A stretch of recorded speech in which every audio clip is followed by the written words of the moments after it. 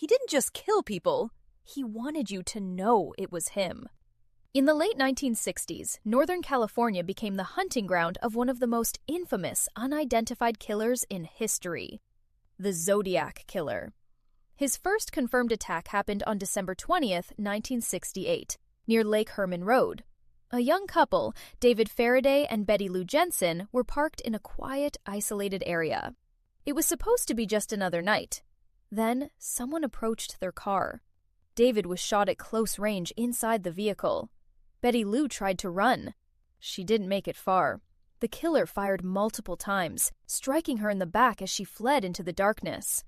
No robbery, no clear motive, just execution.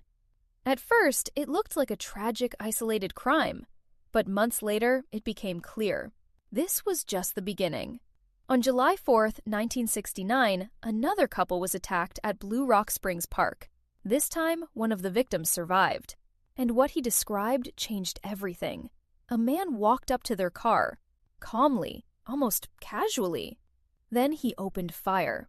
But here's where it gets chilling. The killer didn't just leave, he came back.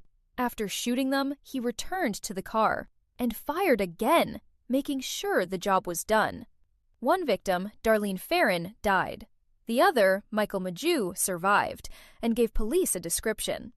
But that wasn't the most terrifying part. Less than an hour later, someone called the police, not to report the crime, to confess to it. The voice on the phone calmly described both shootings and claimed responsibility for the earlier double murder, too. That's when police realized they weren't dealing with a normal killer. They were dealing with someone who wanted attention, someone who wanted control, someone who wanted to play a game. And this game was just getting started. Like, follow, and share for part 2. Killing wasn't enough for him. He wanted the whole world watching. After the shootings, the killer did something that turned fear into obsession. He wrote letters. Not just any letters. Cryptic, taunting messages sent directly to newspapers. He demanded they be published, or he would kill again. And he gave himself a name, Zodiac. In these letters, he included coded messages, ciphers, claiming they contained his identity. One cipher was eventually solved. It didn't reveal his name. Instead, it revealed his mindset. He wrote about enjoying killing people, about collecting them as if they were trophies. It wasn't just violence anymore. It was psychological warfare. Then came one of the most disturbing attacks. September 27th, 1969.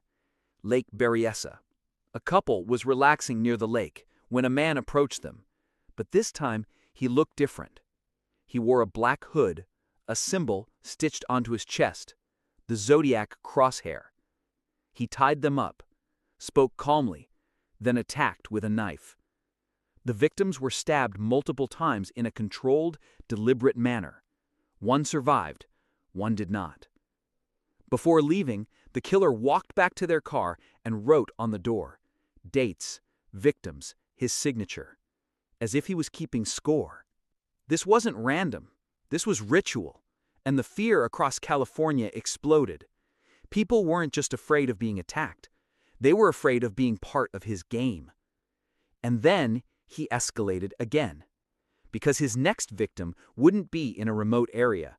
It would be in the middle of the city. Like, follow, and share for part 3.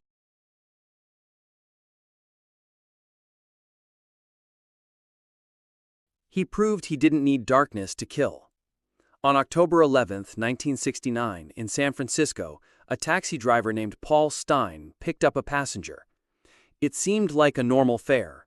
It wasn't.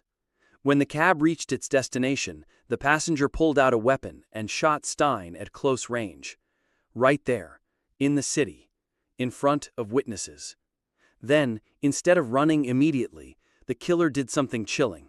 He took a piece of the victim's shirt, a souvenir.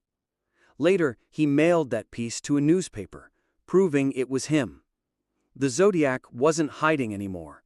He was escalating. Police were close, incredibly close. Officers even stopped a man matching the description shortly after the murder, but due to a communication error, he was released. The Zodiac slipped away. Again. From that point on, he continued sending letters, making threats, and spreading fear, not just through violence, but through mystery. To this day, his identity has never been officially confirmed. No arrest, no trial, no closure, just a name, and a trail of fear that still fascinates the world decades later. Because sometimes the scariest part isn't what we know, it's what we don't. Like, follow, and share for more true crime stories.